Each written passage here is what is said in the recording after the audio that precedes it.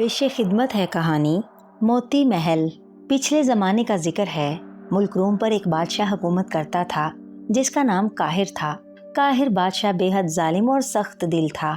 वो अपनी रियाया पर बेहद जुल्म करता था और लोग उसके जुल्म सितम से बेहद तंग थे। लेकिन बादशाह के खौफ की वजह से कोई भी शिकायत ना कर सकता था। जो शख्स भी बादशाह के जुल्म के खिलाफ ज़रा सी भी शिकायत करता, बादशाह के सिपाही उसे उठा कर ले जाते और फिर बादशाह उसे भूखे कुत्तों के सामने डाल देता था। यही वजह थी कि लोग चुपचाप बादशाह का जुल्म सह जाते। बादशाह काहिर का एक ही लड़का था जिसका नाम शहजादा जाफर था। शहजादा जाफर अपने बाप से बिल्कुल मुख्तलिफ तबीयत का था। वो बेहद रहमदिल और सखी था। वो जब अपने बाप बादशाह काहिर को लोगों पर जुल्म करते देखता तो दिल ही दिल में कुढ़ता था, लेकिन ज़बान हिलाने की उसे भी जुर्रत ना होती थी, क्योंकि उसे मालूम था कि बादशाह उसे भी भूखे कुत्तों के सामने डालने में ज़रा भी नहीं हिचकिचाएगा। यही वजह थी कि शहजादा जाफर अक्सर जंगलों में शिकार खेलता रहता, ताकि ना वो शहर में रहेगा और ना लोगों पर होने वाले जुल्म को देखेगा। एक रोज़ शहजादा जाफर जंगल में अपने साथियों के साथ शिकार खेलने में मसरूफ़ था कि शाही प्यादा उसे ढूंढता हुआ वहाँ पहुँच गया।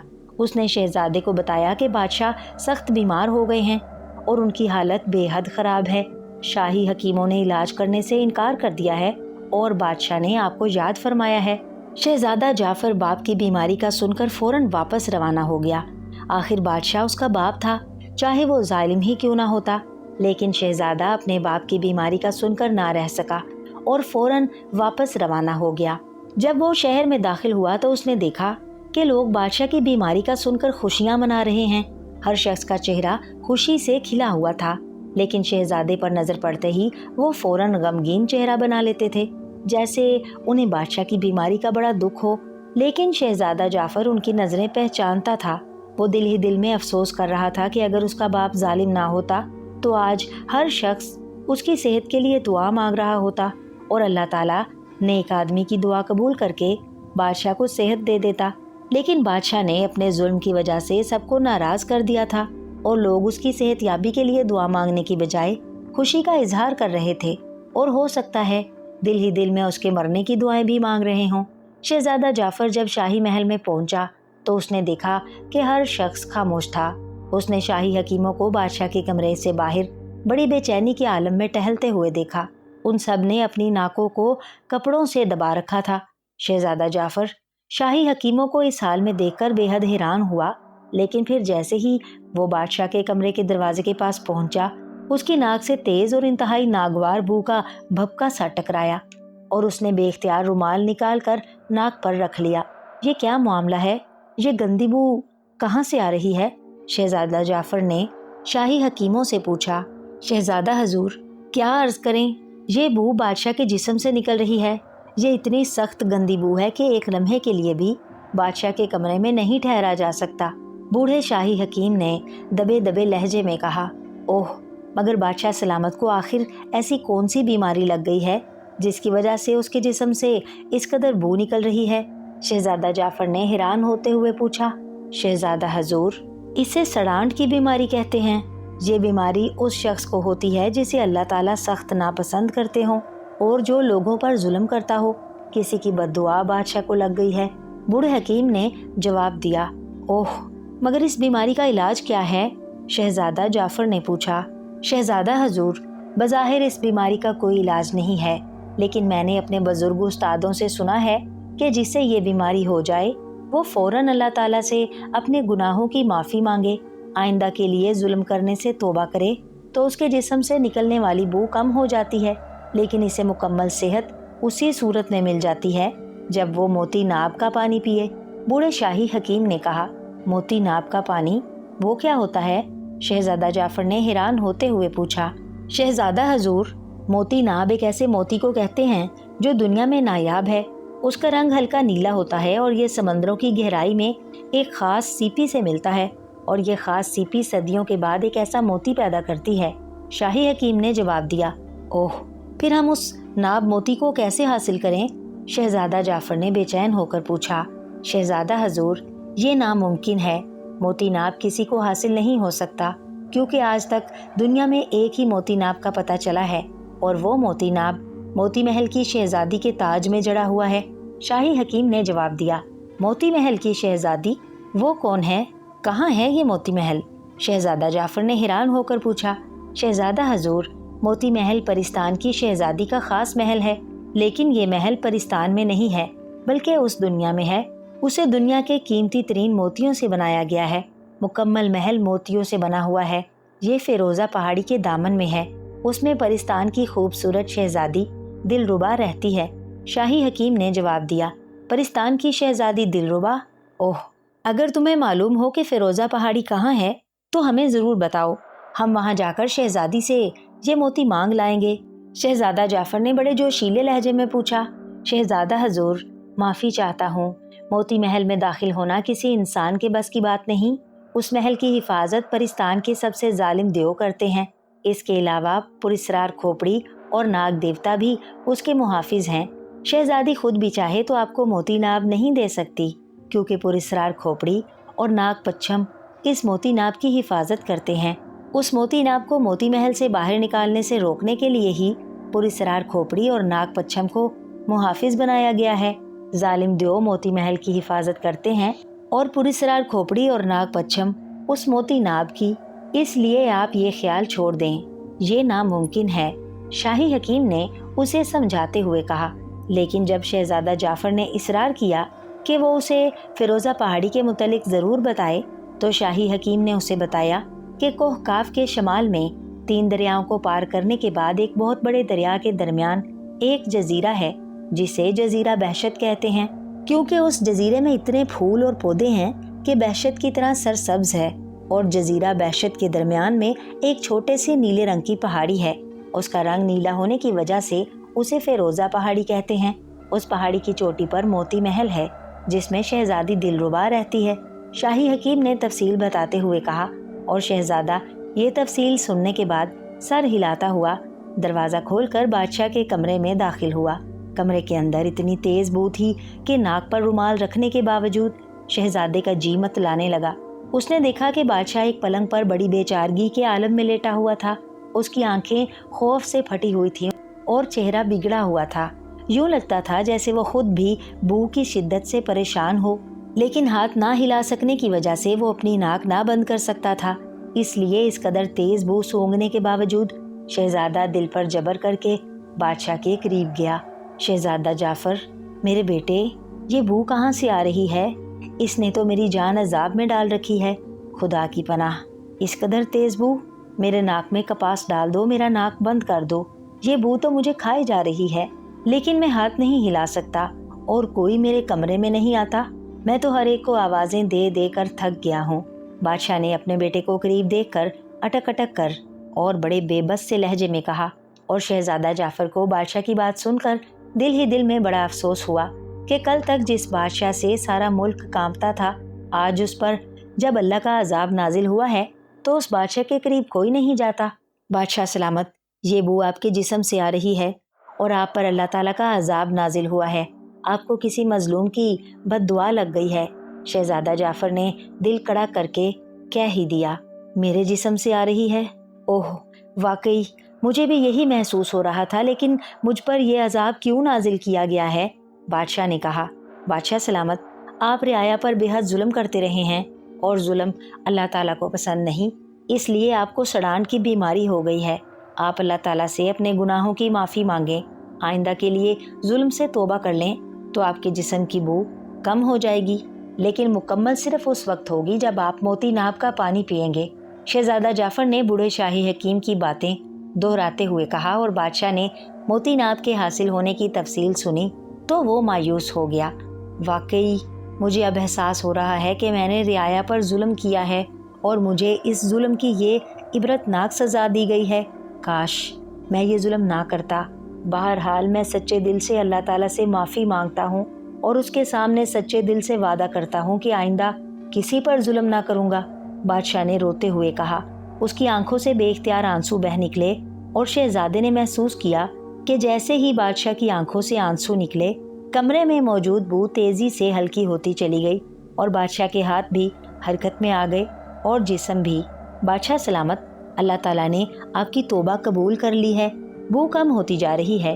शहजादा जाफर ने खुश होते हुए कहा, वाकई अल्लाह ताला बेहद रहीम व करीम है, बख्शने वाला है कि उसने मुझ जैसे जालिम की दुआ इतनी जल्दी कबूल कर ली है। मैं एक बार फिर वादा करता हूँ कि आइंदा किसी पर रत्ती बराबर भी जुल्म ना करूँगा, हमेशा अपनी रियाया को खुश रखूँगा और जिन पर मैंने अब तक जुल्म किया है उनसे माफ़ी मांगूंगा और उन्हें बेहद इनामो इकराम देकर राज़ी करूँगा। बादशाह ने और ज़्यादा गुलूगीर लहजे में कहा और शहजादे ने रुमाल नाक से हटा दिया कि अब बू बिल्कुल ही कम हो गई थी और कमरे में जलने वाली अगरबत्तियों की खुशबू उसे महसूस होने लग गई थी। बादशाह भी खुशी से उठकर बैठ गया, उसका चेहरा बहाल हो गया था। ओह, खुदा का शुक्र है, खुदा का शुक्र है, बू कम हो गई है, बस हल्की हल्की बू महसूस होती है। बादशाह ने अपने बाजू को सूंघते हुए कहा, ये हल्की बू मोती नाब के पानी के बगैर ना जाएगी और मैं आपके लिए मोती महल से मोती नाब ले आऊँगा। शहजादा जाफर ने बड़े एतमाद भरे लहजे में कहा, नहीं मेरे बेटे, मैं तुम्हें वहाँ नहीं जाने दूंगा, वो जालिम दियो तुम्हें जिंदा ना छोड़ेंगे और फिर वो पुरस्कार खोपड़ी और वो नाग पच्छम, नहीं तुम मत जाओ। बादशाह ने कहा, ऐसी बात ना करें अब्बा जान, मैं आपका बेटा हूँ, मैं आपकी सेहत के लिए जलती आग में भी कूद जाऊंगा और वैसे मुझे अल्लाह ताला की मदद पर मुकम्मल भरोसा है क्योंकि आपने जुल्म से तौबा कर ली है, इसलिए अल्लाह ताला मेरी मदद जरूर करेंगे। शहजादा जाफर ने इसरार करते हुए कहा। पहले तो बादशाह उसे मना करता रहा, लेकिन जब शहजादा जाफर का इसरार हद से बढ़ गया तो आखिरकार मजबूरन बादशाह को उसे जाने की इजाज़त देना पड़ी। उसके बाद बादशाह कमरे से बाहर आया। रियाया को मालूम हुआ कि बादशाह के जिस्म से निकलने वाली बू कम हो गई है और बादशाह तकरीबन सेहतयाब हो गया है, तो वो बेहद मायूस हुए और एक बार फिर उसके जुल्म के खौफ से दिल ही दिल में कांपने लगे। लेकिन जब बादशाह ने ऐलान करा दिया कि अब वो कभी किसी पर जुल्म नहीं करेगा और उसके साथ ही उसने रियाया के लिए अपने खजानों के मुंह खोल दिए, खास तौर पर उन लोगों के खानदान वालों पर तो उसने इनामो इकराम की बारिश कर दी जिन पर उसने पहले जुल्म किया था, तो रियाया बेहद खुश हुई और पूरे मुल्क में खुशियां मनाई जाने लगीं और अब तो बादशाह की मुकम्मल सेहतयाबी के लिए लोगों ने दिल से दुआएं मांगनी शुरू कर दी। बादशाह ये दुआएं सुन सुनकर बेहद खुश होता और लोगों पर और ज्यादा इनामो इकराम की बारिश करता। लोग जल्द ही बादशाह का जुल्म भूल गए और सब उसे नेक दिल और सखी बादशाह के नाम से पुकारने लगे। अब बादशाह को सिर्फ इस बात की फिक्र थी कि शहजादा आखिर किस तरह मोती महल से मोती नाब लाएगा, लेकिन वो शहजादा जाफर की जिद के सामने मजबूर था, वरना उसका बस चलता तो वो उसे हरगिज न जाने देता। शहजादा जाफर घोड़े पर सवार मंजिलें मारता हुआ आगे बढ़ता चला जा रहा था। शाही हकीम ने उसे सिर्फ यही बताया था कि जजीरा बहशत 3 दरियाओं के पार वाक़या है, लेकिन जल्दी में ये पूछना भूल गया था कि ये 3 दरिया किस तरफ हैं। उसे उस वक्त इसका ख्याल भी न रहा था और अब जबकि वो 3 मंजिलें तय कर चुका था, अब उसे ख्याल आ रहा था कि कम से कम वो उस वक्त शाही हकीम से पूछ लेता तो अब यूं भटकता तो ना फिरता। एक बार उसके जहन में आया कि वो वापस अपने मुल्क जाए और शाही हकीम से जाकर तफसील से पूछ आए, लेकिन उसे मालूम था जब वो वापस जाएगा तो सब लोग यही समझेंगे कि शहजादा मोती नाब ले आया है और जब उन्हें मालूम होगा कि शहजादा अभी पता पूछता फिर रहा है तो वो सब उस पर हंसेंगे। इसलिए उसने वापस जाने का इरादा तर्क कर दिया और घोड़े को भगाता आगे बढ़ता चला गया। चौथे रोज वो एक शहर में पहुंचा। उसने देखा कि शहर के सारे लोग उदास और परेशान हैं। हर शख्स का चेहरा लटका हुआ था और आंखें रो रो कर सूजी हुई थीं। यूं लगता था जैसे वहां किसी की मौत हो गई हो। उसने अपना घोड़ा एक सराय के बाहर रोका और फिर अंदर जाकर उसने एक कमरा सराय वाले से रहने के लिए लिया। अपना सामान कमरे में रखने के बाद वो वापस सराय के मालिक के पास आया। क्या आप मुझे बता सकते हैं कि शहर के सारे लोग क्यों उदास हैं? शहजादे ने मुंह लटकाकर बैठे हुए सराय के मालिक से मुखातिब होकर कहा, ओह अजनबी, तुम्हें नहीं मालूम आज रात शहर पर एक बहुत बड़ी आफत टूटने वाली है, इसलिए सब लोग परेशान हैं। सराय के मालिक ने सर उठाकर शहजादे की तरफ देखते हुए जवाब दिया, आफत टूटने वाली है? क्या मतलब, मैं समझा नहीं, कैसी आफत? शहजादे ने हैरान होकर पूछा। अजनबी, तुम ना पूछो तो अच्छा है, वरना तुम्हें भी अफसोस होगा और तुम ख्वामखा परेशान होगे।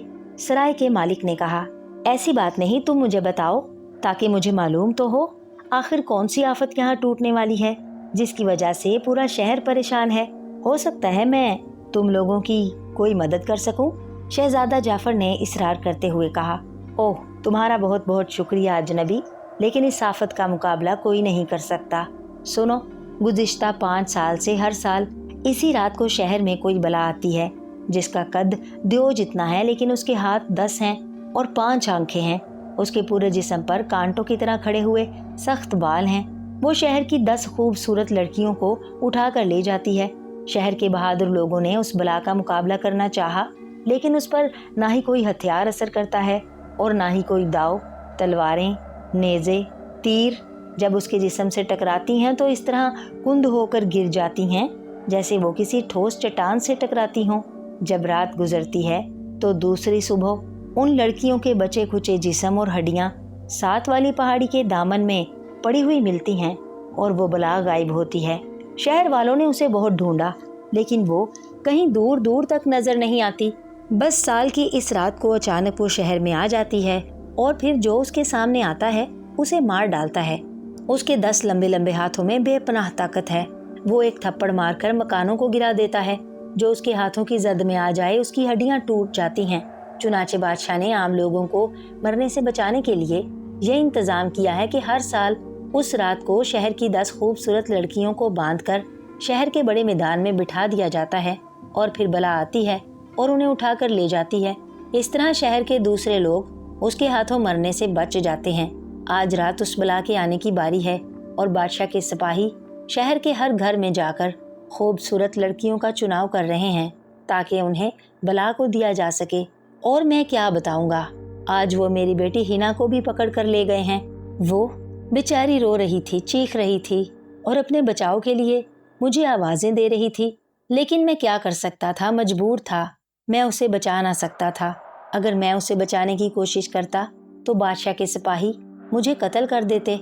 इसी तरह आज रात शहर के 9 और घरों में भी यही रोना पीटना होगा और न जाने कब तक ऐसा ही होता रहेगा।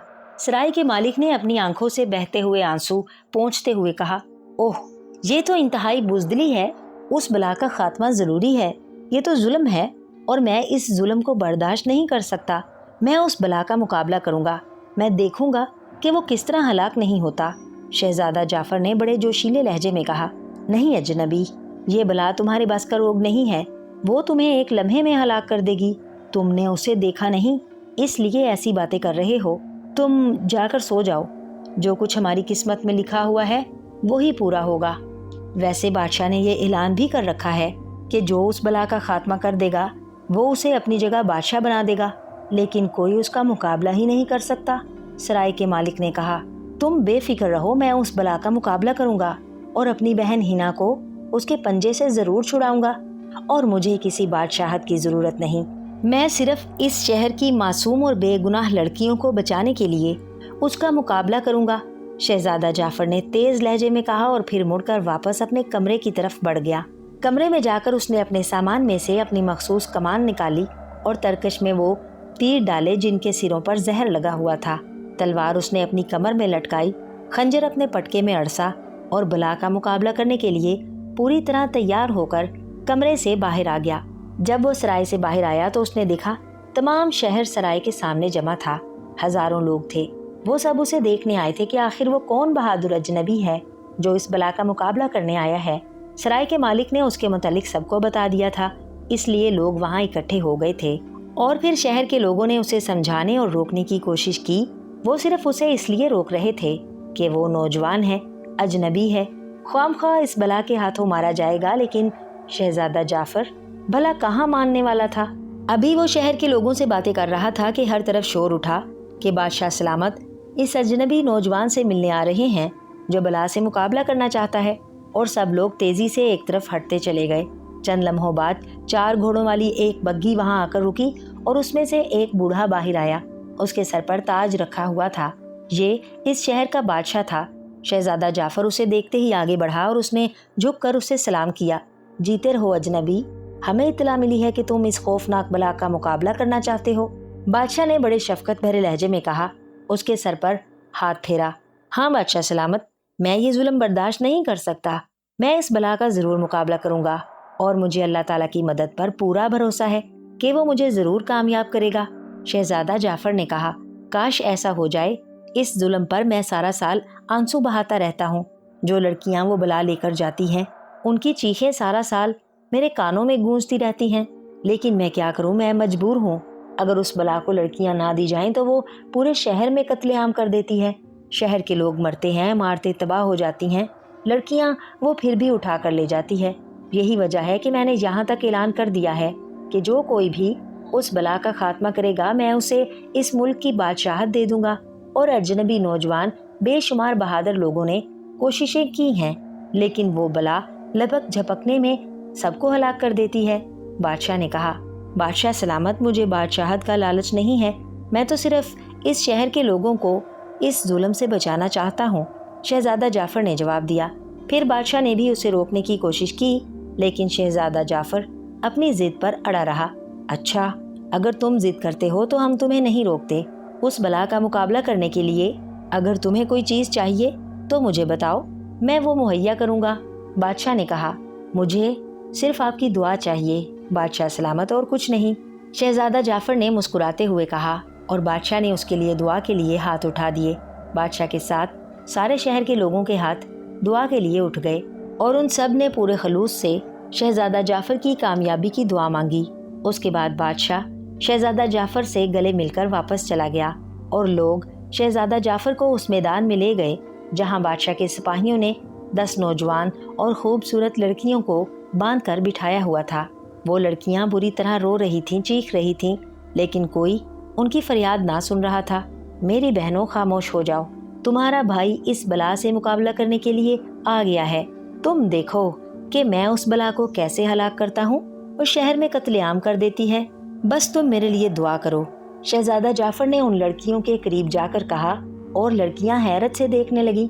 शहजादा जाफर के चेहरे पर इतना एतमाद था कि उन्हें अपने दिल में हौसला सा महसूस हुआ और वो दिल ही दिल में शहजादा जाफर की कामयाबी की दुआ मांगने लगी। शहजादा जाफर एक ऊंचे से टीले पर चढ़कर बैठ गया। जैसे जैसे रात पड़ती जा रही थी, शहर के लोग अपनी जान के खौफ से जा रहे थे और फिर आधी रात से पहले पहले मैदान खाली हो गया। अब वहाँ 10 लड़कियाँ और शहजादा जाफर रह गया। लड़कियाँ बार बार मुड़कर उसकी तरफ देख रही थीं, जैसे उन्हें खतरा हो कि शहजादा जाफर भी बला के आने से पहले उठकर भाग जाएगा। लेकिन शहजादा जाफर अपनी जगह पर पूरे इत्मीनान से बैठा हुआ था। मैदान की दूसरी तरफ एक पहाड़ी थी जिसमें बड़ी बड़ी गारें थीं।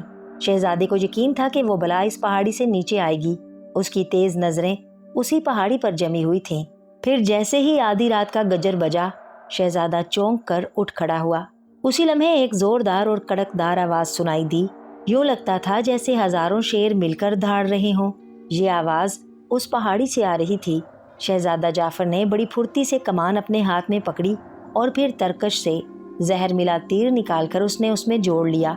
अब वो गूंजदार आवाज नजदीक आती सुनाई दे रही थी। शहजादा जाफर ने देखा कि इस आवाज को सुनते ही लड़कियां खौफ के मारे बेहोश होकर वहीं गिर चुकी थीं। उसी लम्हे शहजादा जाफर ने पहाड़ी की चोटी पर उस बला को खड़े होते देखा।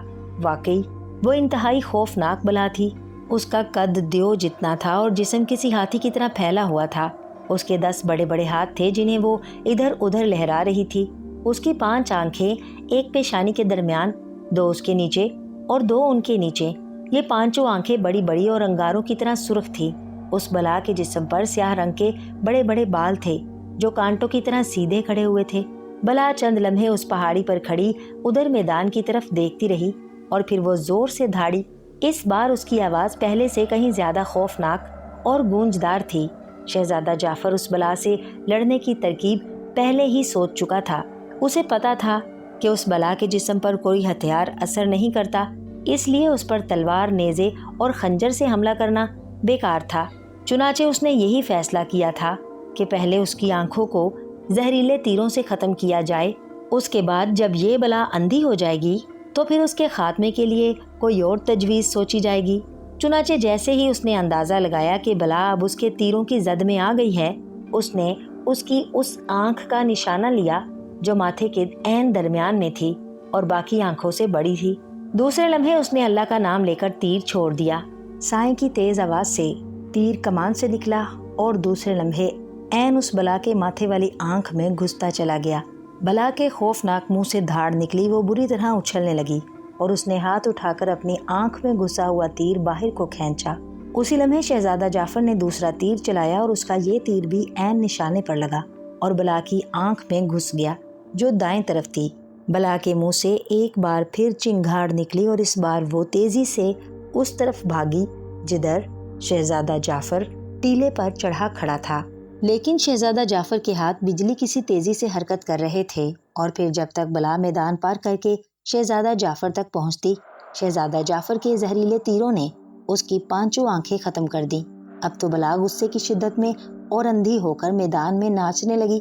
وہ کبھی ادھر بھاگتی کبھی ادھر بھاگتی، اسے کچھ نظر نہ آ رہا تھا۔ اس کی خوفناک چنگھاڑوں سے پورا شہر لرز رہا تھا۔ میدان میں بندھی ہوئی لڑکیاں سمٹ کر ایک طرف ہو گئی تھیں۔ اب شہزادہ جعفر نے 2 تیر اکٹھے کمان میں جوڑے اور اب وہ ٹیلے پر کھڑا بڑی بے چینی سے بلا کی طرف دیکھ رہا تھا جو چنگھاڑتی ہوئی ادھر ادھر بھاگ رہی تھی۔ اور پھر جیسے ہی اس کا رخ ٹیلے کی طرف ہوا اور بلا نے چنگھاڑنے کے لیے منہ کھولا، شہزادہ جعفر نے بڑی پھرتی سے دونوں تیر چلا دیے۔ دونوں تیر اڑتے ہوئے سیدھے بلا کے غار جیسے کھلے منہ کے اندر گھستے چلے گئے اور بلا کے حلق میں گھس گئے۔ بلا الٹ کر پشت کے بل زمین پر گری۔ اس کے گرنے کا اتنا زوردار دھماکہ ہوا کہ جیسے 4 منزلہ عمارت زمین پر گری ہو۔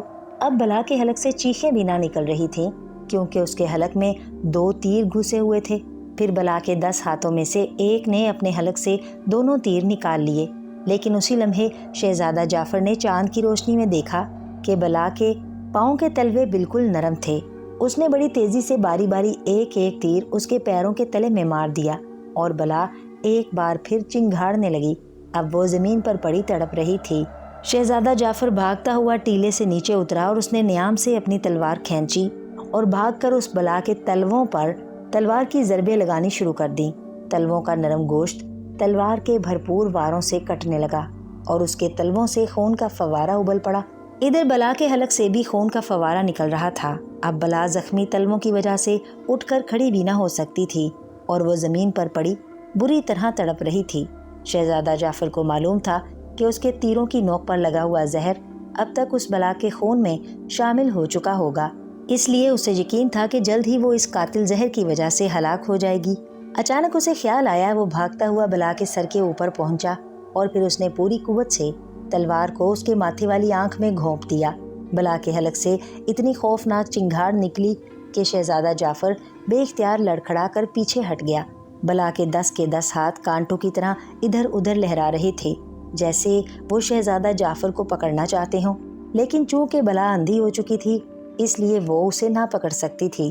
اور پھر آہستہ آہستہ اس کی چنگھاڑیں مدھم ہوتی چلی گئیں اور اس کے ہاتھوں کی حرکت سست ہوتی چلی گئی اور پھر تھوڑی دیر بعد بلا کا جسم ساکت ہو گیا۔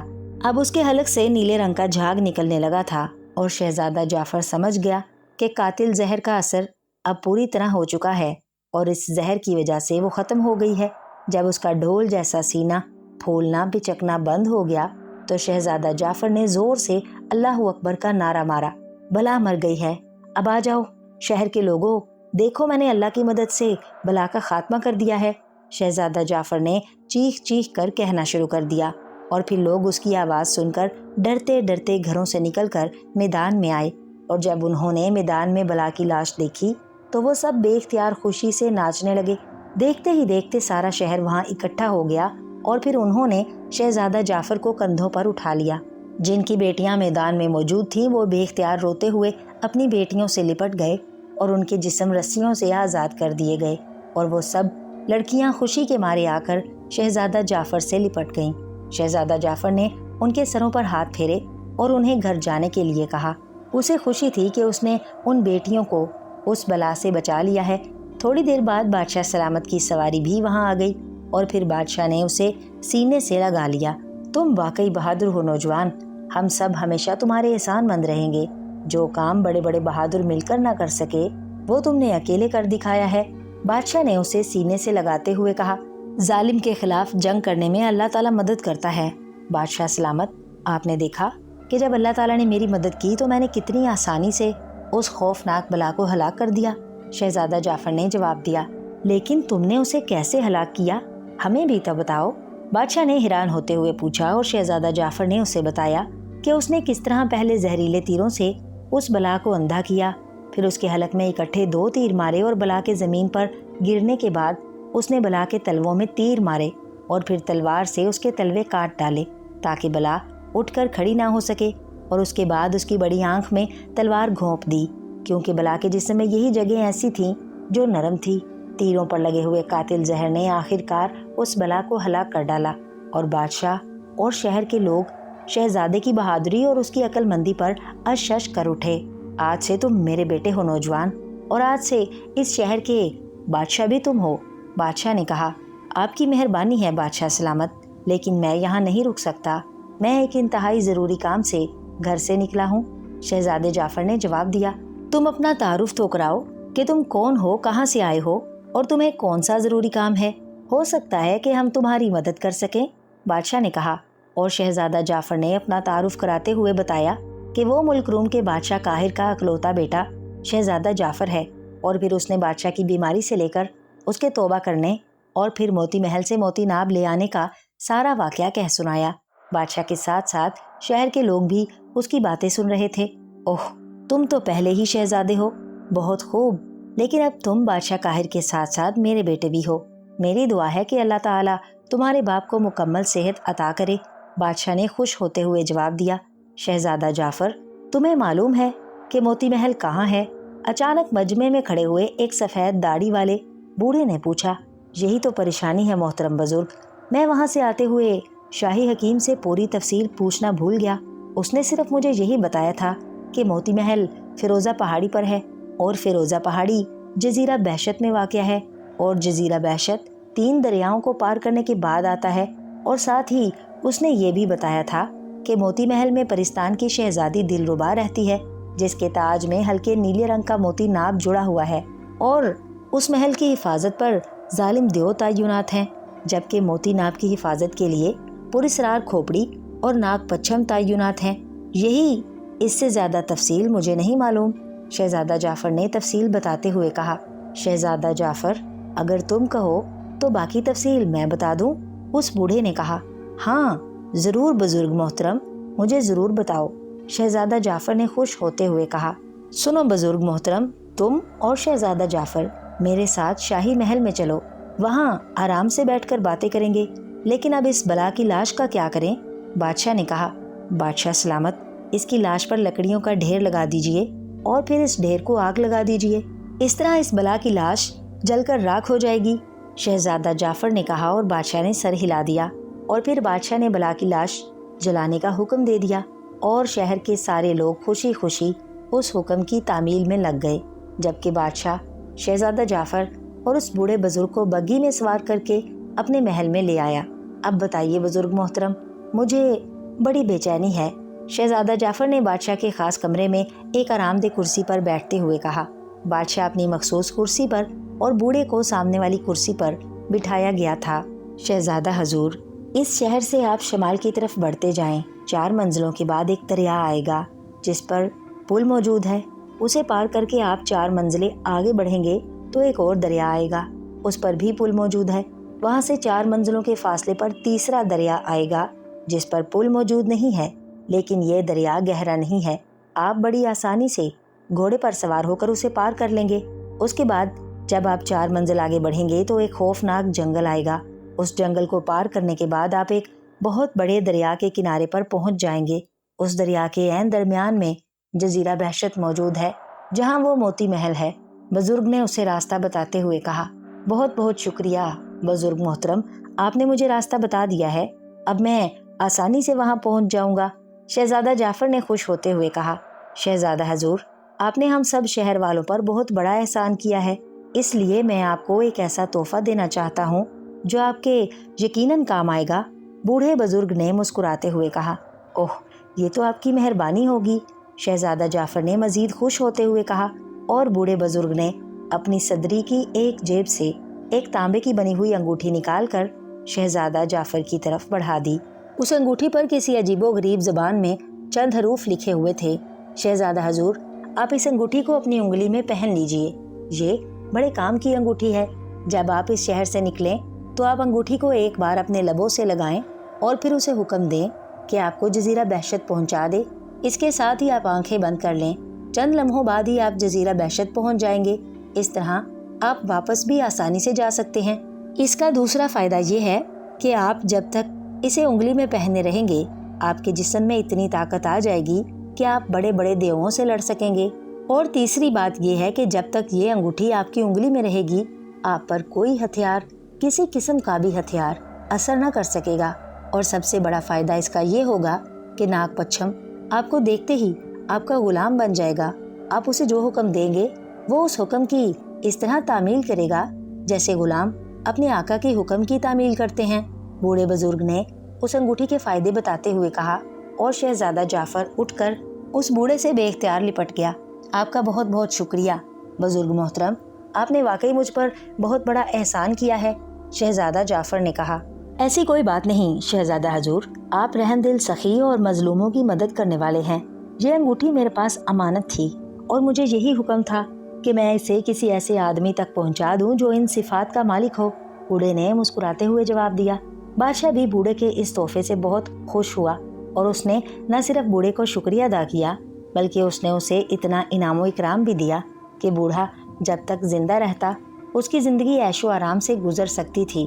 बूढ़ा इनाम इकराम लेकर दुआएं देता हुआ शाही महल से रुखसत हो गया। शहजादा जाफर बुजुर्ग मोहतरम की दी हुई अंगूठी पहनकर और बादशाह से इजाज़त लेकर जब शहर से बाहर आया तो अचानक एक बूढ़ी सी औरत एक मकान की आड़ से निकलकर उसकी तरफ बढ़ी। बेटे, मेरी बात सुनकर जाओ, उस बूढ़ी ने शहजादा जाफर को आवाज़ देते हुए कहा और शहजादा जाफर उसकी आवाज़ सुनकर रुक गया। क्या बात है अम्मा? शहजादा जाफर ने उसके करीब जाते हुए बड़े नरम लहजे में पूछा। बेटे, रात तुमने बला का खात्मा करके मेरी अकलौती बेटी की जान बचाई है। ये तुमने हम पर एक ऐसा एहसान किया है जिसका बदला मैं सारी उम्र ना चुका सकूंगी। बूढ़ी औरत ने बड़े शफकत भरे अंदाज में शहजादा जाफर के सर पर हाथ फेरते हुए कहा, ये मेरा फर्ज था अम्मा, मैंने कोई एहसान नहीं किया। शहजादा जाफर ने बड़े मुअद्दबाना लहजे में जवाब देते हुए कहा, बेटे, मुझे मालूम हुआ है कि तुम मोती महल से मोती नाब लेने जा रहे हो अपने बाप के लिए। बूढ़ी औरत ने कहा, हाँ अम्मा, ये बात दुरुस्त है। शहजादा जाफर ने जवाब दिया, तो बेटे, मैं तुम्हें एक तोहफा देना चाहती हूँ। ये मेरे खानदान में 7 नस्लों से चला आ रहा है और मोती नाब हासिल करने में ये तुम्हारे बहुत काम आएगा। बूढ़ी औरत ने जेब से एक सुनहरे रंग का धागा निकालकर शहजादा जाफर को देते हुए कहा। धागे में जगह जगह गांठें पड़ी हुई थीं और वो पुराना होने के बावजूद चमक रहा था। इस धागे को तुम अपने दाएं हाथ की कलाई पर बांध लो बेटे। इस धागे की मौजूदगी में दुनिया का कोई जादू तुम पर असर नहीं कर सकेगा। बूढ़ी औरत ने कहा, ओह, बहुत बहुत शुक्रिया बूढ़ी अम्मा, आपने वाकई मुझे बहुत अजीम तोहफा दिया है। शहजादा जाफर ने खुश होकर बूढ़ी औरत से धागा लिया और फिर उसे उसके सामने ही अपनी दाईं कलाई में बांध लिया और बूढ़ी औरत उसे दुआएं देती हुई वापस शहर में चली गई।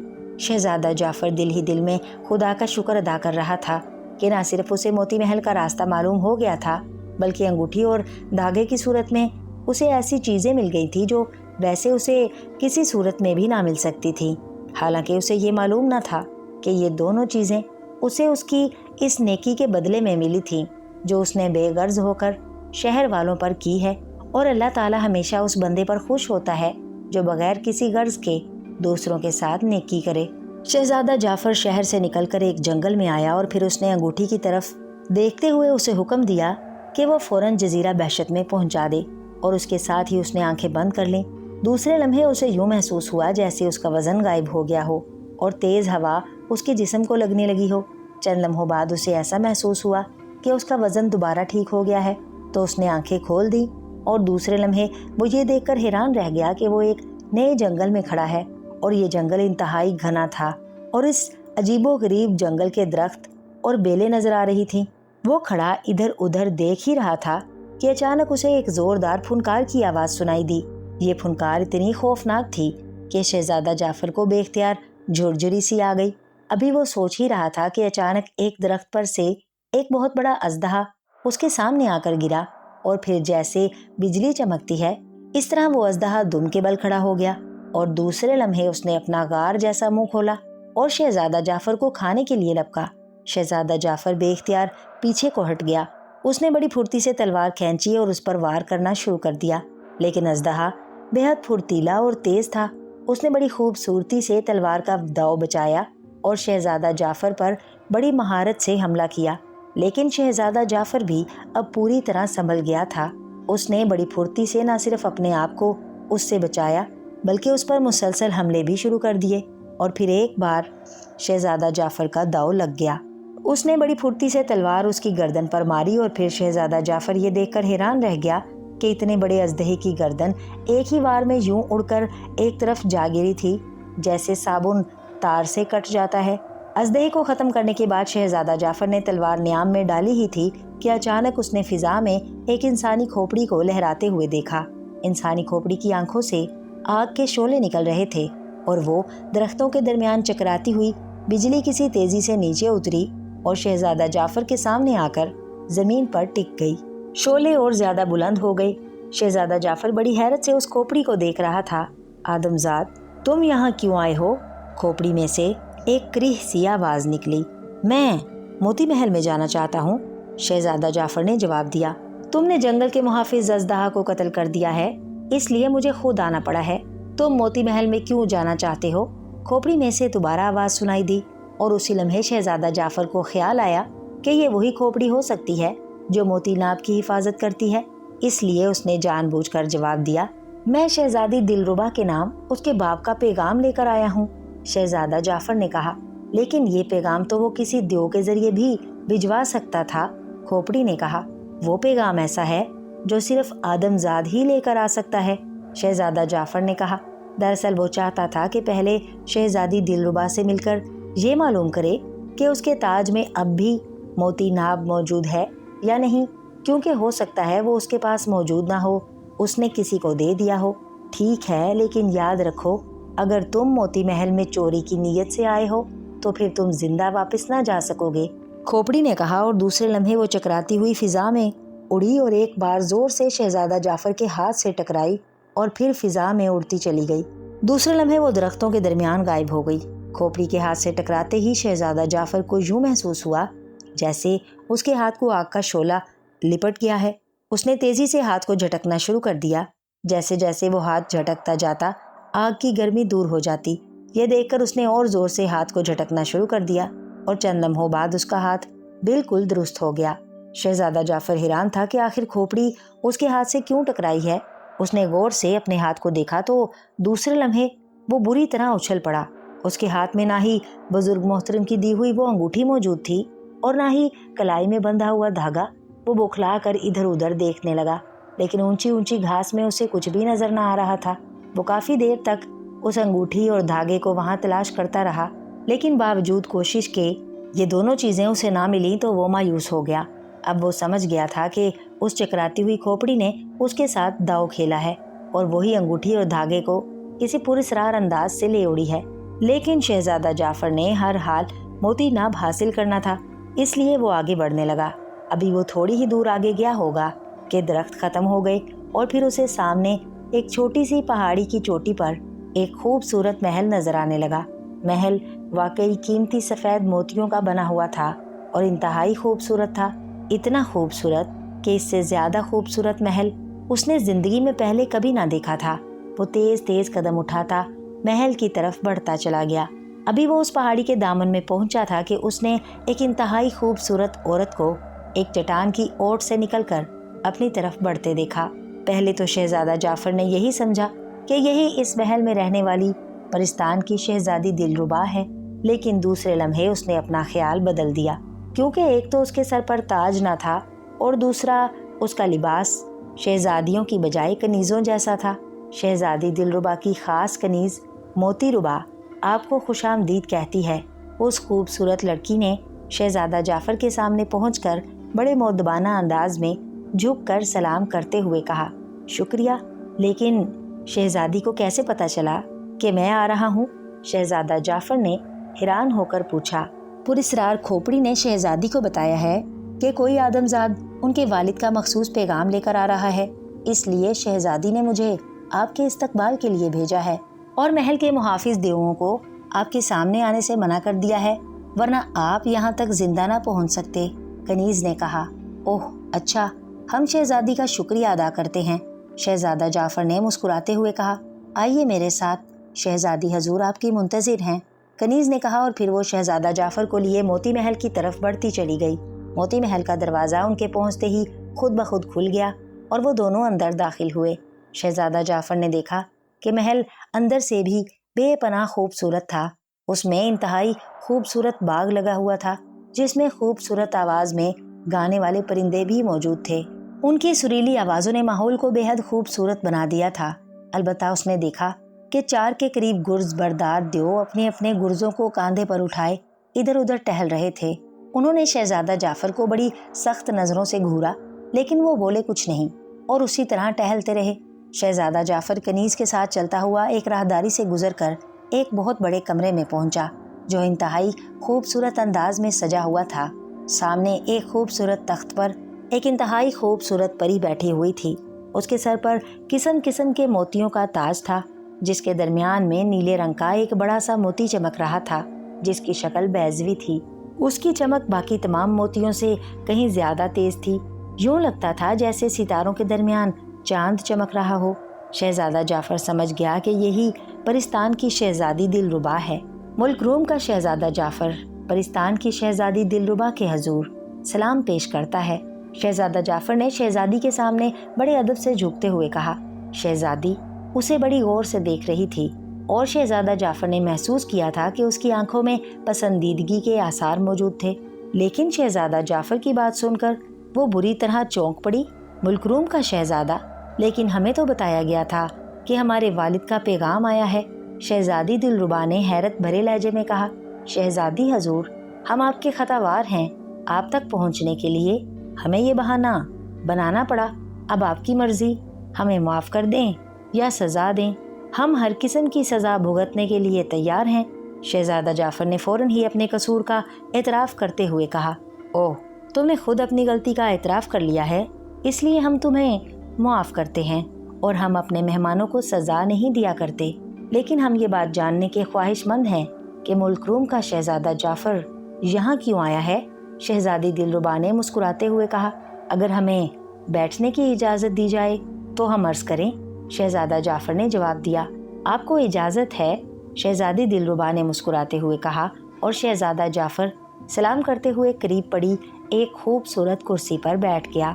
मेहमान को परिस्तान का खास शरबत पेश किया जाए। शहजादी दिलरुबा ने करीब खड़ी कनीज़ से मुखातिब होकर कहा और कनीज़ सर हिलाती हुई तेजी से कमरे से बाहर निकल गई।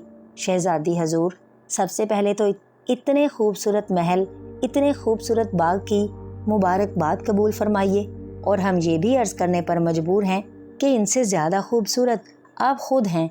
यकीन कीजिए, आपसे ज़्यादा खूबसूरत शहजादी हमने दुनिया में कहीं नहीं देखी। शहजादा जाफर ने कहा, तारीफ़ का शुक्रिया। वैसे हमारा इंसानों में जाने का कभी इत्तफाक नहीं हुआ, लेकिन आपको देखने के बाद हमें ये यकीन हो गया है कि आदमजाद भी बेपनाह खूबसूरत होते हैं। शहजादी दिलरुबा ने मुस्कुराते हुए कहा, शुक्रिया शहजादी।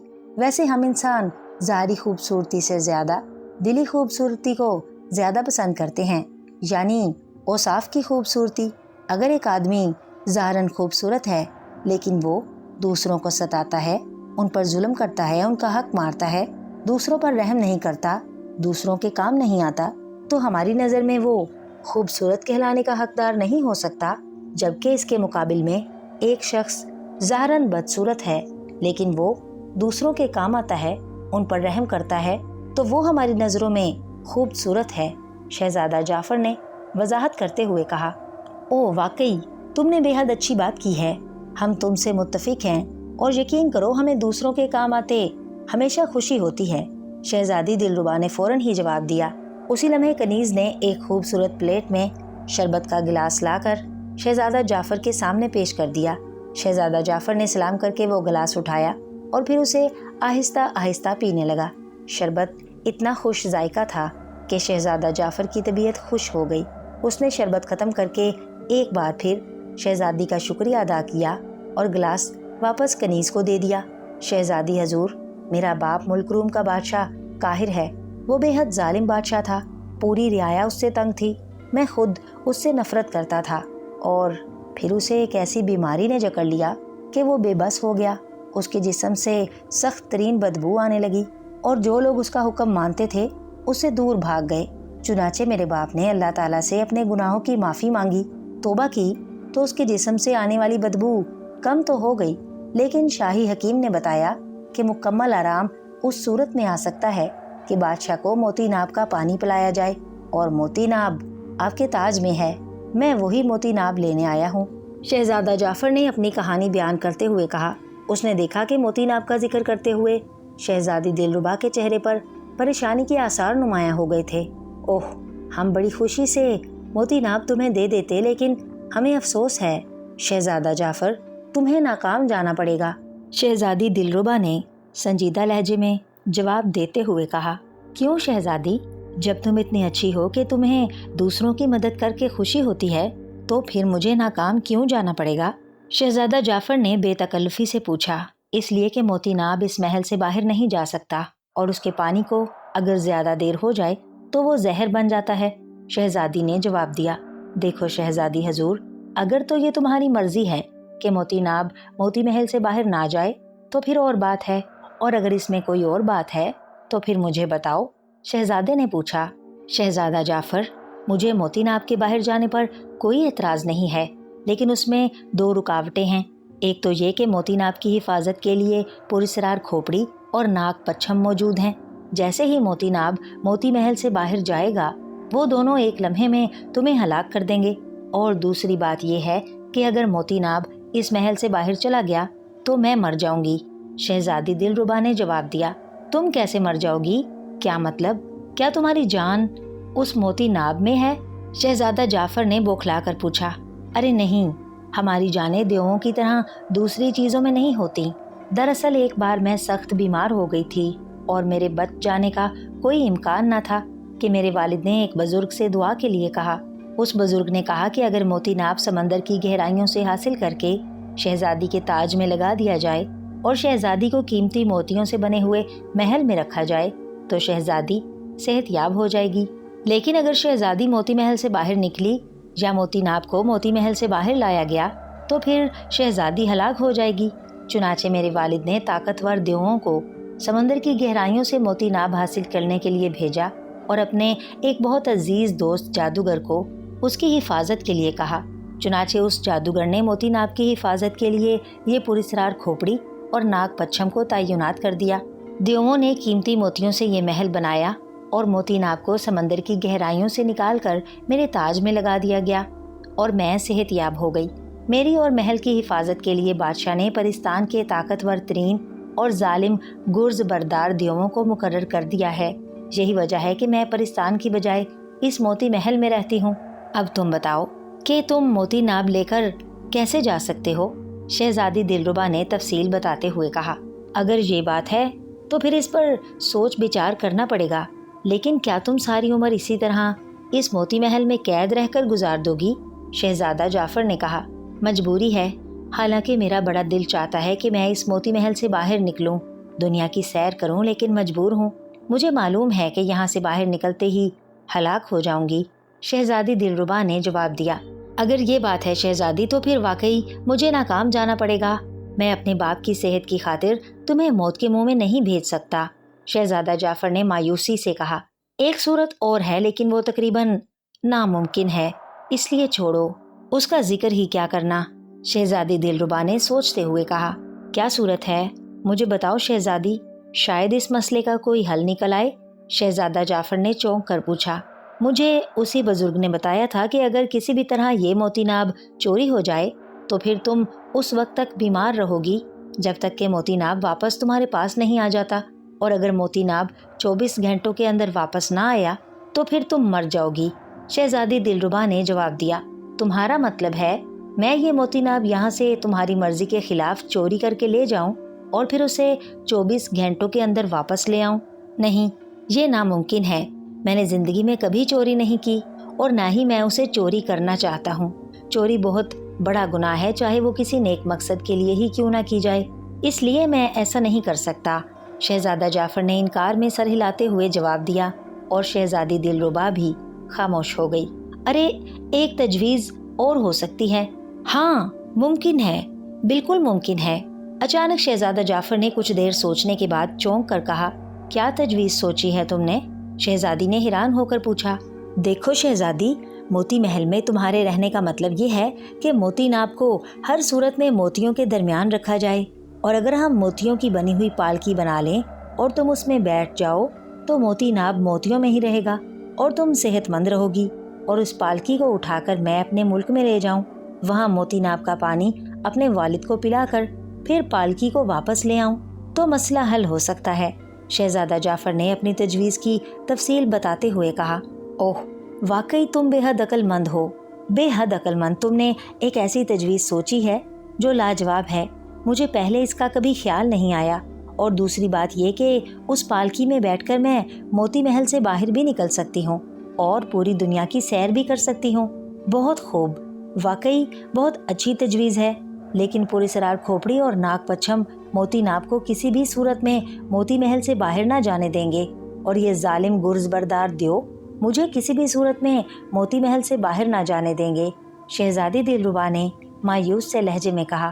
اگر تم اپنے والد کو کہو کہ وہ ان دیووں کا پہرا ختم کر دیں اور وہ اپنے دوست جادوگر سے کہہ کر اس کھوپڑی اور ناگ پچھم کو بھی کہہ دیں، تب تو ایسا ممکن ہے۔ شہزادہ جعفر نے کہا۔ وہ جادوگر مر چکا ہے، اس لیے اس کھوپڑی اور ناگ پچھم کو ہٹانا ناممکن ہے، اور باقی رہی میرے والد کی بات تو وہ مجھے کسی بھی صورت میں کسی آدم ذات کے ساتھ جانے کی اجازت نہ دیں گے، یہ مجھے معلوم ہے۔ شہزادی دلربا نے جواب دیا۔ اچھا، اگر یہ بات ہے تو پھر اس کھوپڑی اور ناگ پچھم کا مقابلہ میں کروں گا، اور اگر تم میرے ساتھ چلنے پر رضامند ہو جاؤ تو ان دیووں کا بھی مقابلہ کیا جا سکتا ہے۔ شہزادہ جعفر نے کہا۔ نہیں، یہ ناممکن ہے، اس کے متعلق سوچو بھی نہیں۔ یہ کھوپڑی اور ناگ پچھم انتہائی خطرناک ہیں، یہ ایک لمحے میں تمہیں ہلاک کر دیں گے، اور رہے دیو تو تم ان کے متعلق نہیں جانتے، یہ پرستان کے سب سے ظالم اور خطرناک دیو ہیں، یہ تمہیں مکھی کی طرح مسل دیں گے۔ شہزادی دلربا نے خوف زدہ لہجے میں کہا۔ اس بات کی فکر تم نہ کرو، ہم مردوں کو اللہ تعالیٰ نے بڑا حوصلہ دیا ہے، بس تم تیاری کرو۔ اور سنو، کیا تم کل تک ایسی پالکی تیار کرا سکتی ہو جو موتیوں سے بنی ہوئی ہو؟ شہزادہ جعفر نے کہا۔ ہاں، یہ تو بہت آسان ہے، میرے حکم دینے کی دیر ہے، ایسی پالکی بن سکتی ہے، لیکن اس پالکی کو اٹھائے گا کون؟ شہزادی نے کہا۔ میں اٹھاؤں گا، بس تم پالکی بنواؤ، میں واپس اس جنگل میں جاتا ہوں، میں کل آؤں گا اور پھر تمہیں لے جاؤں گا۔ شہزادہ جعفر نے کہا۔ ارے ہاں، واقعی رات کو تو یہ دیو تمہیں اس محل میں نہ رہنے دیں گے، تو پھر تم کہاں رہو گے؟ شہزادی نے پریشان ہوتے ہوئے کہا۔ اس بات کی فکر مت کرو، میں جنگل میں رہ جاؤں گا، تم پالکی تیار کراؤ، میں کل آؤں گا۔ شہزادے جعفر نے کرسی سے اٹھتے ہوئے کہا۔ پہلے تو شہزادی انکار کرتی رہی، کیونکہ اسے یقین نہیں آ رہا تھا کہ شہزادہ جعفر دیووں، پراسرار کھوپڑی اور ناگ پچھم کا مقابلہ کر سکتا ہے، لیکن جب شہزادہ جعفر نے بے حد اصرار کیا تو شہزادی نے حامی بھر لی، اور شہزادہ اس کے کمرے سے نکل کر محل کے صحن میں سے ہوتا ہوا اس کے دروازے پر پہنچا اور پھر باہر نکل گیا۔ اب اس کا رخ اسی جنگل کی طرف تھا جہاں پراسرار کھوپڑی نے اس کے ہاتھ سے ٹکرا کر اس کی انگوٹھی اور دھاگا غائب کیا تھا۔ اسے یقین تھا کہ ہاتھ کو بے اختیار جھٹکنے کی وجہ سے دھاگا اور انگوٹھی وہیں گھاس میں گر گئی ہوں گی۔ شہزادہ جعفر تیز تیز قدم اٹھاتا وہاں پہنچ گیا جہاں اب تک اژدہے کی لاش پڑی ہوئی تھی، اور پھر اس نے اللہ کا نام لے کر دوبارہ اس انگوٹھی اور دھاگے کی تلاش شروع کر دی۔ اس نے گھاس کے ایک ایک تنکے کو دیکھ لیا، لیکن وہ انگوٹھی اور دھاگا اسے نہ مل سکا۔ وہ مایوس ہو کر ایک درخت کے تنے کے ساتھ ٹیک لگا کر بیٹھ گیا۔ اس نے تو یہی سوچ کر شہزادی کو کہہ دیا تھا کہ وہ ان دونوں چیزوں کو تلاش کرے گا، لیکن اب ان دونوں چیزوں کے نہ ملنے کے بعد اس پر مایوسی سی طاری ہو گئی تھی، اور یوں بغیر انگوٹھی کے وہ شہزادی کی پالکی کو بھی اپنے ملک تک نہ لے جا سکتا تھا۔ اس لیے اس کی تمام امیدیں خاک میں مل گئی تھیں۔ چونکہ گھاس میں انگوٹھی اور دھاگا تلاش کرتے کرتے وہ تھک گیا تھا، اس لیے جیسے ہی وہ درخت کے تنے کے ساتھ پشت لگا کر بیٹھا، اسے فوراً نیند آ گئی۔ اس نے خواب میں دیکھا کہ وہ اس جزیرہ بحشت کے شمال مشرق حصے میں، جہاں بہت بڑی بڑی چٹانیں ہیں، گھوم رہا ہے، اور پھر وہاں گھومتے گھومتے اچانک اس نے ہوا میں اڑتی ہوئی ایک چیل کو ایک چٹان پر جھپٹتے ہوئے دیکھا۔ جب چیل اڑ کر اونچی ہوئی تو یہ دیکھ کر چونک پڑا کہ چیل کے پنجوں میں وہی انگوٹھی اور دھاگا موجود تھے۔ اس کے ساتھ ہی شہزادہ جعفر کی آنکھ کھل گئی۔ اسے یوں محسوس ہوا جیسے کسی نے اسے جھنجھوڑ کر اٹھایا ہو۔ वो आंखें मलता हुआ इधर उधर देखने लगा, लेकिन वहाँ उसके अलावा और कोई मौजूद ना था। उसी लम्हे उसे ख्वाब याद आ गया तो वो तेजी से उठ खड़ा हुआ। वो समझ गया कि ख्वाब में उसे इशारा दिया गया है कि उसकी अंगूठी और धागा कहाँ मौजूद हैं। चुनाचे वो तेजी से उस तरफ चल पड़ा जिस हिस्से को उसने ख्वाब में देखा था। काफी देर तक चलने के बाद वो वाकई जजीरे के उस हिस्से में पहुंच गया जहां बड़ी बड़ी चट्टानें मौजूद थीं। अभी वो वहां खड़ा उस चट्टान को तलाश कर ही रहा था जिस पर उसने चील को झपटते हुए देखा था कि अचानक उसे साईं की आवाज सुनाई दी। उसने सर उठाकर देखा तो उसे अपने सर पर एक बहुत बड़ी चील उड़ती हुई दिखाई दी और फिर शहजादे के देखते ही देखते वो बिजली किसी तेजी से एक चट्टान पर झपटी। उसका अंदाज बिल्कुल वैसा ही था जैसा कि उसने ख्वाब में देखा था। और फिर जब चील ऊंची उड़ी तो वाकई उसके एक पंजे में अंगूठी और दूसरे में धागा मौजूद था और वो तेजी से उड़ती हुई उस तरफ को बढ़ने लगी जहां वो जंगल मौजूद था और जहां से शहजादा जाफर आया था। पहले तो शहजादा उसके पीछे भागा, लेकिन जब उसने देखा कि चील की रफ्तार उससे ज्यादा तेज है तो उसने इंतहाई फुर्ती से अपनी कमान बगल से उतारी और तरकश से हाथ डालकर आखिरी तीर निकाल लिया। दूसरे लम्हे उसने तीर को कमान में जोड़ा और फिर पूरी कुव्वत से कमान को खींचकर उसने उड़ती हुई चील का निशाना लेकर तीर छोड़ दिया। साईं की तेज आवाज से तीर कमान से निकला और चंद ही लम्हों बाद तेज उड़ती हुई चील की गर्दन में तीर पैवस्त हो गया। वाकई शहजादा जाफर का निशाना इंतहाई सच्चा था। गर्दन में तीर लगते ही चील ने गोता लगाया और फिर उसके पंजों में मौजूद धागा और अंगूठी नीचे जंगल में गिरते चले गए और चील मुर्दा होकर कुछ दूर आगे जाकर दरख्तों में गिर गई। शहजादा जाफर भागता हुआ उस जगह पहुंचा जहां उसने ये दोनों चीजें गिरती हुई देखी और फिर थोड़ी सी तलाश के बाद उसे अंगूठी घास में पड़ी हुई मिल गई। उसने जल्दी से अंगूठी उठाकर अपनी उंगली में पहनी और फिर उसने धागे की तलाश शुरू कर दी और फिर थोड़ी सी तलाश के बाद एक दरख्त की शाख में अटका हुआ धागा भी उसे मिल गया। उसने धागा अपनी कलाई में डाला और अब वो मुतमईन हो गया था। कुदरत ने उसकी खुद ब खुद मदद कर दी थी, वरना वो तो मायूस हो गया था। अब उसके सामने मसला रात गुजारने का था। शाम पड़ने वाली थी और उसे मालूम था कि इस कदर घने जंगल में रात होते ही वहशी जानवर आ मौजूद होंगे। चुनाचे उसने एक घने और ऊंचे दरख्त को तलाश किया और फिर उस पर चढ़कर वो बैठ गया। उसकी तरकश में चूंकि तीर खत्म हो चुके थे, इसलिए उसने कमान और तरकश का बोझ खामखा उठाए रखना फजूल समझा और तरकश और कमान उतार कर उसने एक तरफ दरख्त में अटका दी और फिर दरख्त के तने से पुश्त लगाकर बैठ गया। अभी उसे वहां बैठे चंद ही लम्हे हुए थे कि अचानक एक खौफनाक फुनकार उसे दरख्त के नीचे सुनाई दी और उसने चौंक कर नीचे देखा और दूसरे लम्हे उसकी आंखें खौफ से फटती चली गईं क्योंकि दरख्त के नीचे पहले से भी ज्यादा खौफनाक और बड़ा अजदहा नजर आ रहा था। उस खूनी अजदहे की सुर्ख आंखें शहजादा जाफर पर जमी हुई थी। वो चंद लम्हे शहजादा जाफर को देखता रहा, फिर वो तेजी से दरख्त के तने पर चढ़ने लगा। उसकी फुनकारें लम्हा ब लम्हा तेज होती जा रही थीं। यूं लगता था जैसे वो सख्त गुस्से में हो। शहजादा जाफर ने जल्दी से तलवार निकाल ली। अजदहा फुनकारें मारता हुआ तेजी से ऊपर चढ़ता आ रहा था कि अचानक शहजादा जाफर को ख्याल आया कि कहीं ये वही नाग पच्छम ना हो जो मोती नाग की हिफाजत कर रहा है, क्योंकि इसका रंग आम अजदहों से कतन मुख्तलिफ था। अगर तुम नाग पच्छम हो तो वहीं रुक जाओ, मेरे पास अंगूठी है जिसके तुम गुलाम हो, शहजादे जाफर ने ऊंची आवाज में कहा और साथ ही वो हाथ आगे कर दिया जिसमें वो अंगूठी मौजूद थी। ओह, तुमने ये अंगूठी कहाँ से हासिल कर ली? खोपड़ी ने मुझे बताया था कि उसने अंगूठी तुम्हारे हाथ से अलहदा कर दी है। अचानक अजदहे के मुंह से इंसानी आवाज सुनाई दी और उसके साथ ही उसकी फुनकारें खत्म हो गईं। अरे, तुम इंसानी आवाज में बोल सकते हो? शहजादा जाफर हैरत की शिद्दत से दरख्त से नीचे गिरते गिरते बचा। हाँ, मैं नाग पच्छम हूँ, सारी दुनिया के नागों का सरदार, और मुझे ये कुदरत हासिल है कि मैं उनकी ज़बान में बात कर सकूं। नाग ने जवाब दिया। अब उसने ऊपर चढ़ना बंद कर दिया था।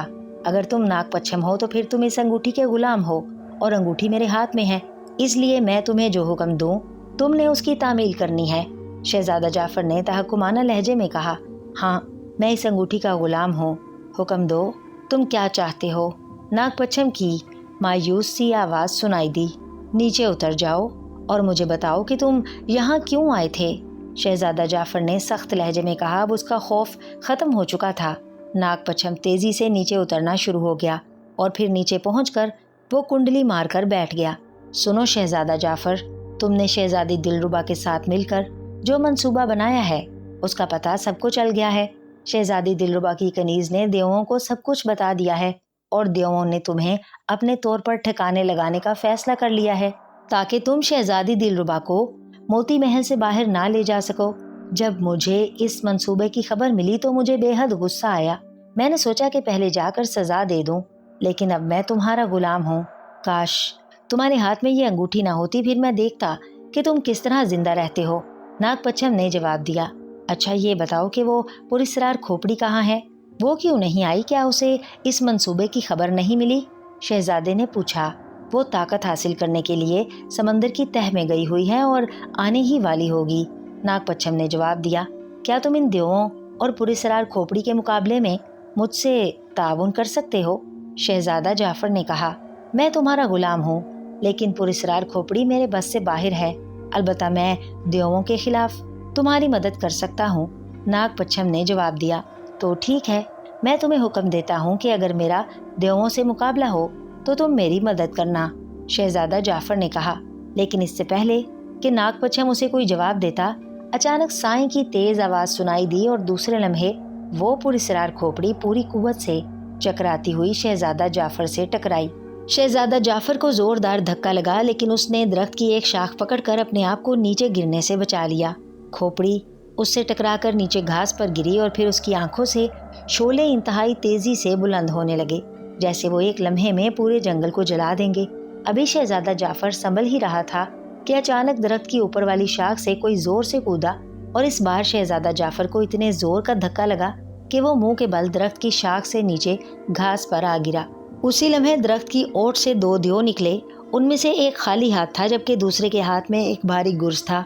जैसे ही शहजादा जाफर नीचे गिरा, खाली हाथ वाले दियो ने खौफनाक अंदाज में चीखते हुए झुककर शहजादा जाफर को गर्दन से पकड़ लिया और उसे यूं उठा लिया जैसे बच्चे किसी खिलौने को उठा लेते हैं, और दूसरे दियो ने गुस्से से चीखते हुए अपना गुर्ज उसकी पुश्त पर मारने के लिए उठाया।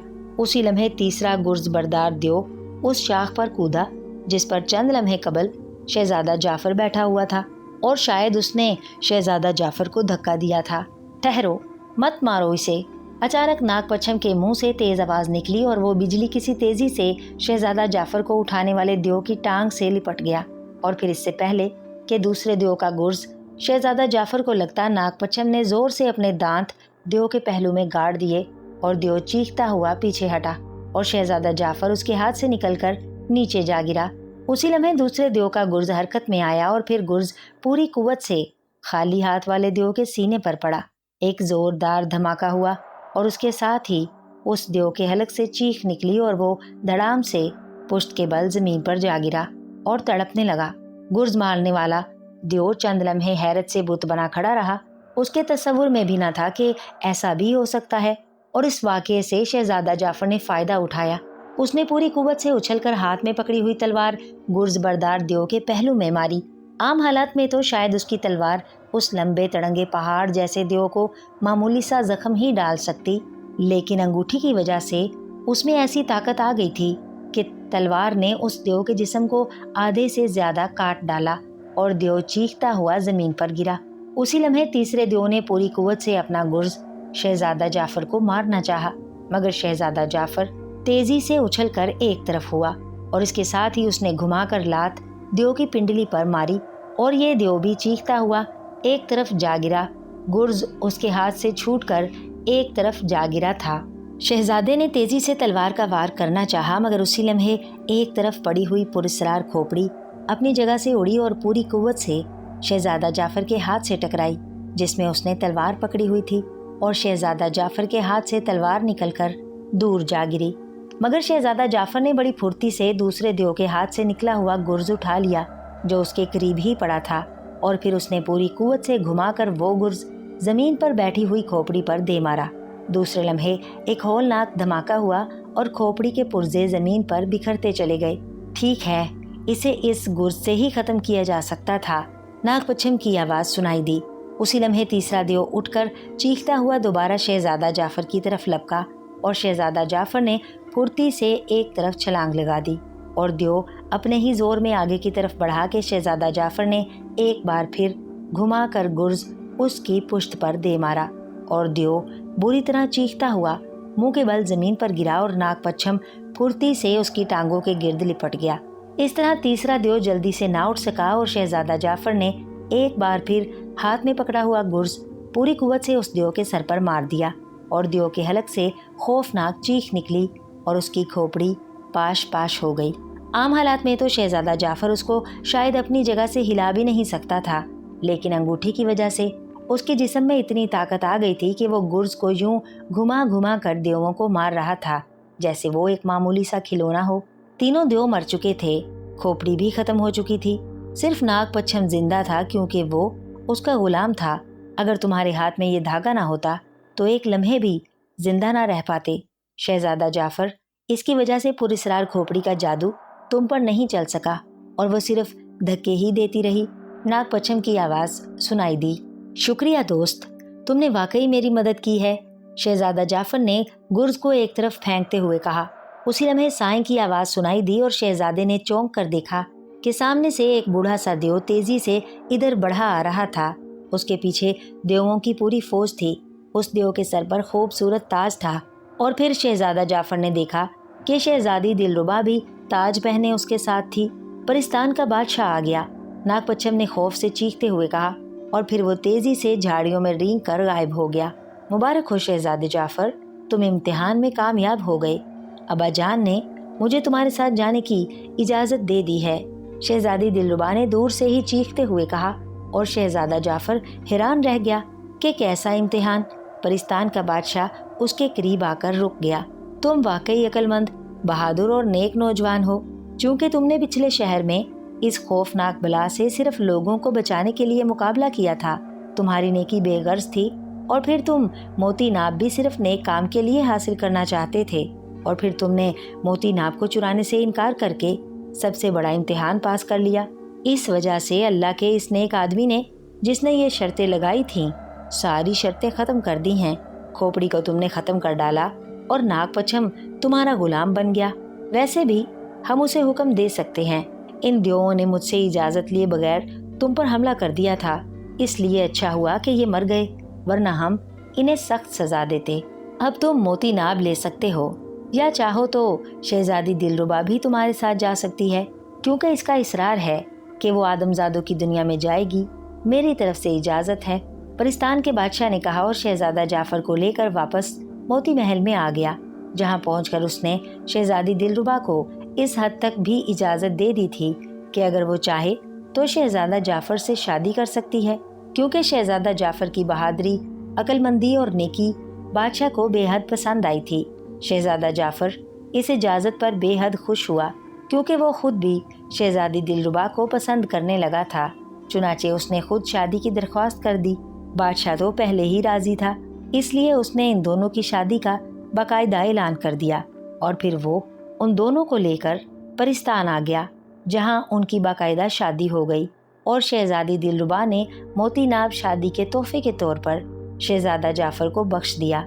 शादी का जश्न खत्म होने के बाद बादशाह की इजाज़त से शहजादा जाफर अपनी दुल्हन शहजादी दिलरुबा को लेकर अपने मुल्क की तरफ रवाना हो गया, ताकि मोती नाब का पानी पिलाकर उसका बाप मुकम्मल तौर पर सेहतयाब हो जाए।